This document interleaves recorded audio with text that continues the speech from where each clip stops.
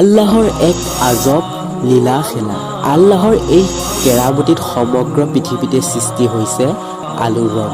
সমগ্ৰ বিশ্ব ইছলাম ধৰ্মৰ লোকসকল হৈ পৰিছে আচৰিত। এই বাতৰিটো শুনি আপুনি আচৰিত নোহোৱাকৈ নাথাকিব। আমি গেৰাণ্টি দি ক'ম, আজি পূৰ্বে এনে আশ্চৰ্য ঘটনা খবৰ আপুনি কেতিয়াও দেখা নাই আৰু শুনা নাই। কিয়নো এজন 10 বছৰীয়া এটি শিশুৱে মুখস্থ কৰিলে সম্পূৰ্ণ কোৰাণ। আহকচোন ভিডিঅ'টো আমি উপভোগ কৰোঁ আৰু সকলোৱে শ্বেয়াৰ কৰোঁ।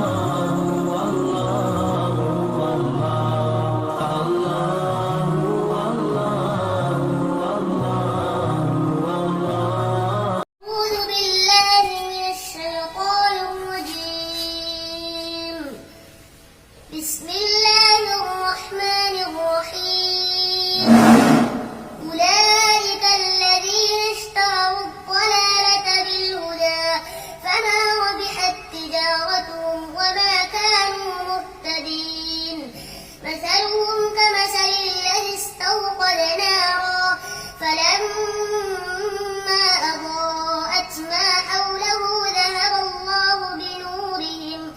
ذهب الله بنورهم وتركهم في ظلمات لا يبصرون صم بكم عمي فهم لا يرجعون أو كصيب من السماء فيه ظلمات ورعد وبرق يجعلون أصابعهم في آذانهم